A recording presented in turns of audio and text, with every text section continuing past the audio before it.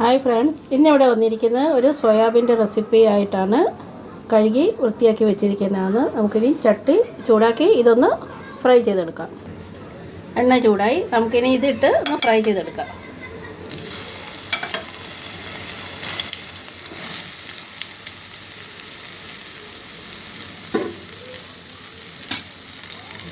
ഒരു ശകലം ഉപ്പും കൂടി ഇടാം.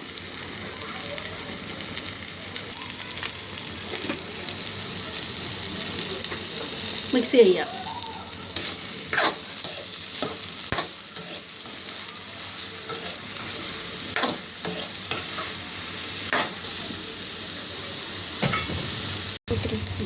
നമുക്കിതിനെ കോരി വേറൊരു പാത്രത്തിലേക്ക് മാറ്റി വെക്കാം.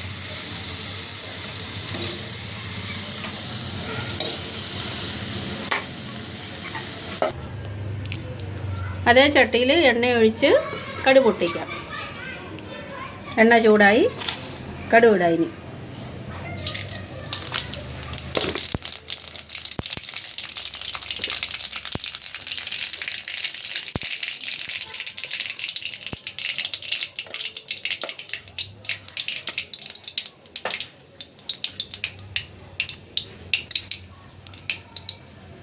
സോയാബീൻ്റെ കൂടെ ഉരുളക്കിഴങ്ങ്,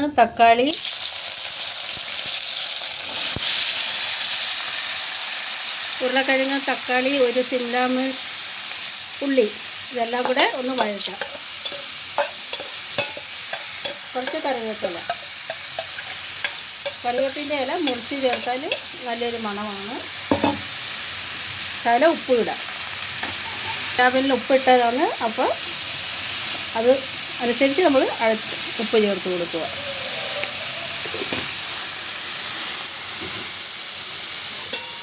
നല്ലോണം ഒന്ന് മിക്സ് ചെയ്യുക.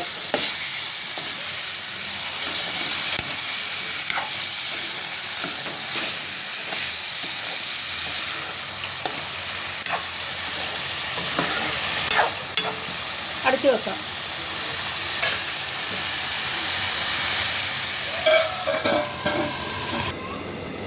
നമുക്കൊന്ന് തുറന്ന് നോക്കാം.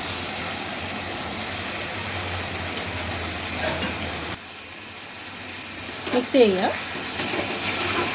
നമ്മുടെ സോയാബീനും കൂടി ഇതിലിട്ട് കൊടുക്കുക.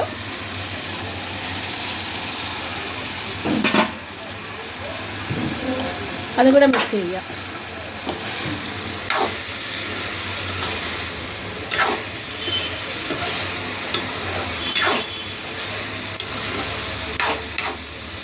മസാലകൾ ഓരോന്നായിട്ട് ഇട്ട് കൊടുക്കുക. തിരി കുറച്ചിട്ട്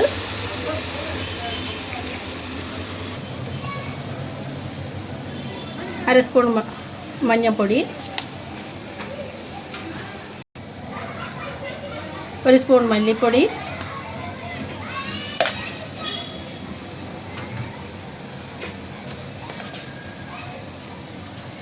1.5 സ്പൂൺ മുളക് പൊടി അവരവരുടെ ആവശ്യത്തിനനുസരിച്ച് ചേർക്കുക.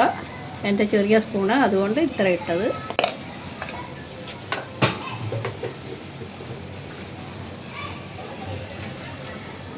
പെരിഞ്ജീരകപ്പൊടി, പെരിഞ്ജീരകം ഇഷ്ടമല്ലാത്തവർക്ക് ഗരം മസാല ചേർക്കാം.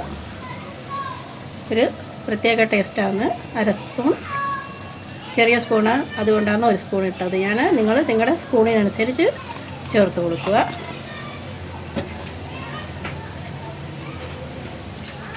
ശകലം ഇഞ്ചി വെളുത്തുള്ളി പേസ്റ്റ്, ഞാനിവിടെ സ്മിത്ത് ആൻഡ് ജോൺസൻ്റെ ജിഞ്ചർ ഗാർലിക് പേസ്റ്റാണ് യൂസ് ചെയ്യുന്നത്. ശകലം അതും കൂടെ ചേർത്ത് കൊടുക്കുക.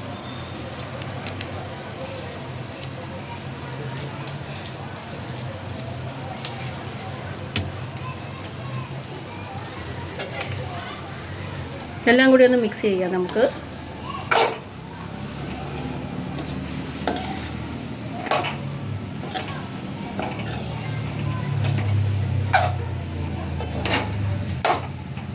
ശകലം ചൂടുവെള്ളം ചേർത്ത് കൊടുക്കുക. ചൂടുവെള്ളം തന്നെ ചേർത്ത് കൊടുക്കണം. ഒന്നുകൂടെ മിക്സ് ചെയ്യുക.